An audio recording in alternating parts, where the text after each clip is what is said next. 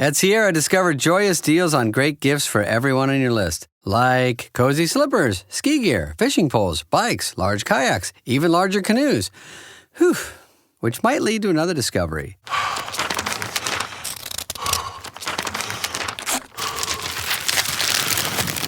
Wrapping gifts is the only sport you need to stay fit this season. 'Tis the season to discover great gifts at unexpectedly low prices.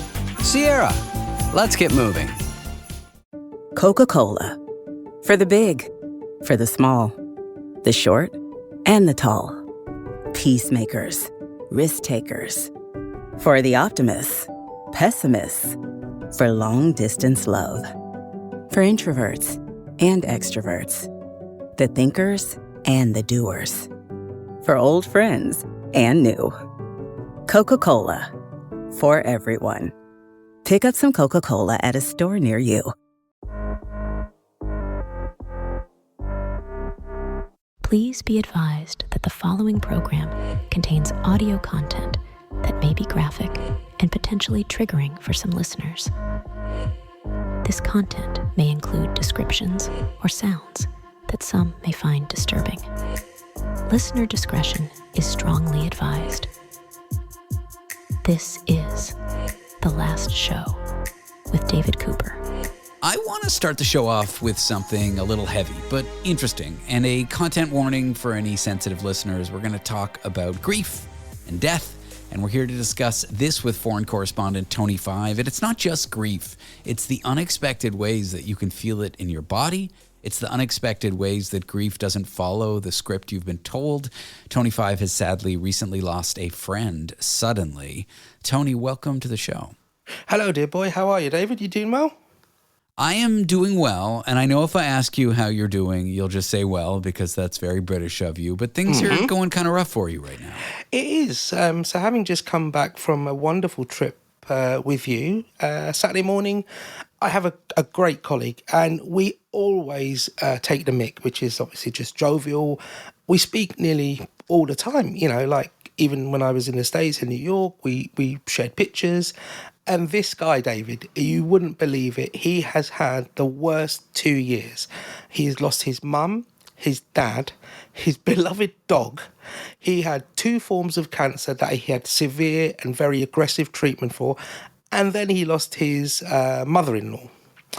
And on Saturday morning, I'd got back and I was going to tell him all about, you know, this wonderful trip. And he said, look, I'm staying in the Cotswolds, which I guess is like the version of the Hamptons, is it? You know, like a really nice area that you'd go for like a long weekend.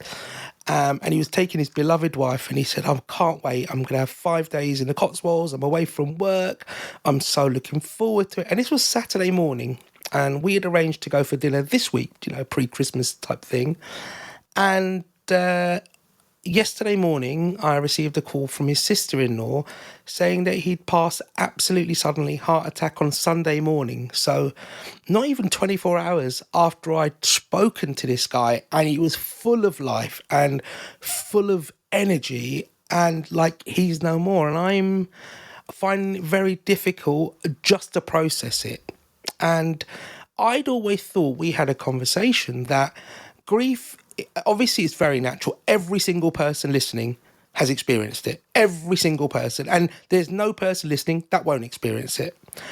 And I think I always imagined it was something that was sort of psychological. You know, you feel the pain, you feel the hurt, but it's in your brain, right? It's going.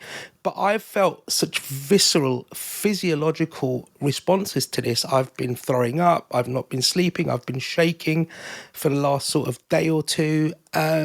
And I've been looking into things, and absolutely, it's a thing. I didn't realise that. Yeah, first of all, I'm deeply sorry about what happened. My sincere condolences. I feel terrible.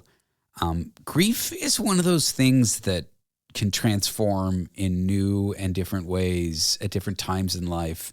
You might lose somebody or something, and it manifests one way, and then the next time it happens, it's like a completely new experience. So this idea that it's hitting you in a way that it never has before is actually, that in and of itself is not uncommon. The physical effects of it, yeah, I don't really know what to say other than I've heard people talk about it. I've only experienced like the deep sadness, the crying at the funeral, the feelings of being without a person, you know, like, oh, I can't call this individual.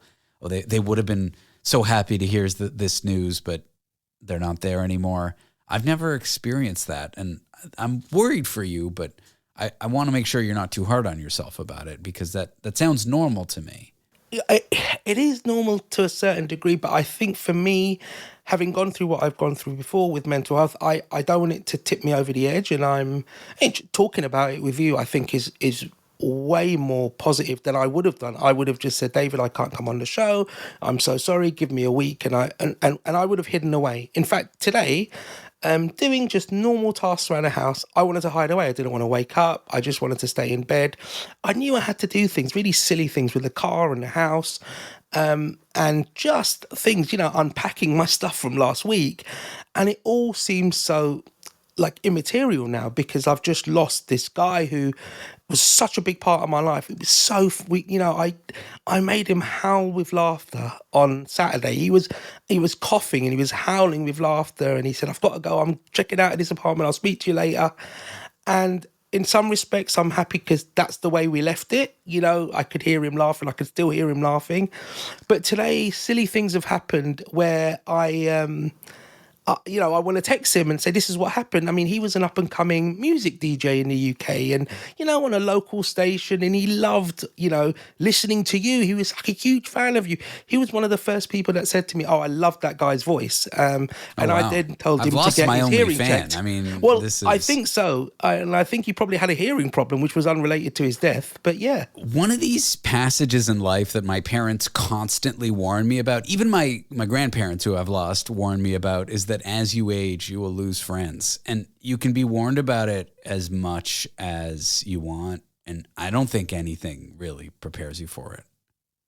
No, I mean, me and you, on a personal level, have never really spoken about that. We've spoken about the effects of it and like the depression and everything like that. But I guess it's something that not a lot of people know how to start, right? Because how do you explain that feeling? Like, I can explain very, very high level. Yeah, the loss, I won't be able to speak to him again. But what I'm feeling inside is really, you know, is very like tangible. You know, I can feel it. Yeah, like my fingers are tingling and my brain is just very numb to a lot of things. And silly little things like are happening, and I'm just trying to sort of keep my head above water. And, you know, I mean, this is like a very like regular call with a friend, and people are talking and listening to it. But, you know, at what stage do you then have something, you know, more professional, somebody like a therapist to talk to you about it and guide you through it, you know? Well, I think that's important. For one, you should definitely be talking about this with your shrink. For two, the only loss I've ever had on a friend level, I've lost family members, aunts, uncles, grandparents, but on a deep best friend level, I suppose my divorce, but she's still alive. And so that form of grief is a weird one because the person's gone from your life. Yes. Like my ex-wife was that friend to me, and all of a sudden it's gone. And you grieve it like it's gone, but it's not quite the same. So I don't know what to say to you or how to guide you other than say, it's good we're talking about it, and don't be so hard on yourself. All I can say is just that temptation to treat this grief now as a sign of bad things to come. Don't engage with that temptation, because what you're going through, just like when you lost your dog a few months ago, what you're going through is normal. And it doesn't mean it's a sign that you're in a bad place. I mean, you are in a bad place because of the circumstances, but not necessarily in a mentally unhealthy place. Of course. Don't treat this as a sign of bad things to come. And of course, sometimes the best response is no response. Is just saying, yeah, I get it. You've lost someone and you don't know what to say and you don't know what to do, right? And feel your feelings. Like, don't shy away from them. Go through it. The only way through a difficult situation is to blast through it. You know, the only way to get around turbulent water is a river, the crossing is to swim through it. Tony, I appreciate you coming on the show. Here's what we're going to do. We're going to have a therapist on tomorrow on Therapy Thursdays on a Wednesday, and we're going to talk this through with a pro. We might even get an author of a paper that shows the physiological effects of grief, and we'll keep talking about this. And thank you for bringing it to the show. Fantastic. It'll be worth listening to, and it will help me and hopefully the listeners. Yeah, and that's what we have to look forward to, in a sense, those interviews later in the week. Tony Five is our foreign correspondent in London, England. Doug. Here we have the Limu Emu in its natural habitat, helping people customize their car insurance and save hundreds with Liberty Mutual. Fascinating. It's accompanied by his natural ally, Doug. Limu? Is that guy with the binoculars watching us? Cut the camera. They see us. Only pay for what you need at libertymutual.com. Liberty, liberty, liberty, liberty. Savings vary. Underwritten by Liberty Mutual Insurance Company and affiliates. Excludes Massachusetts.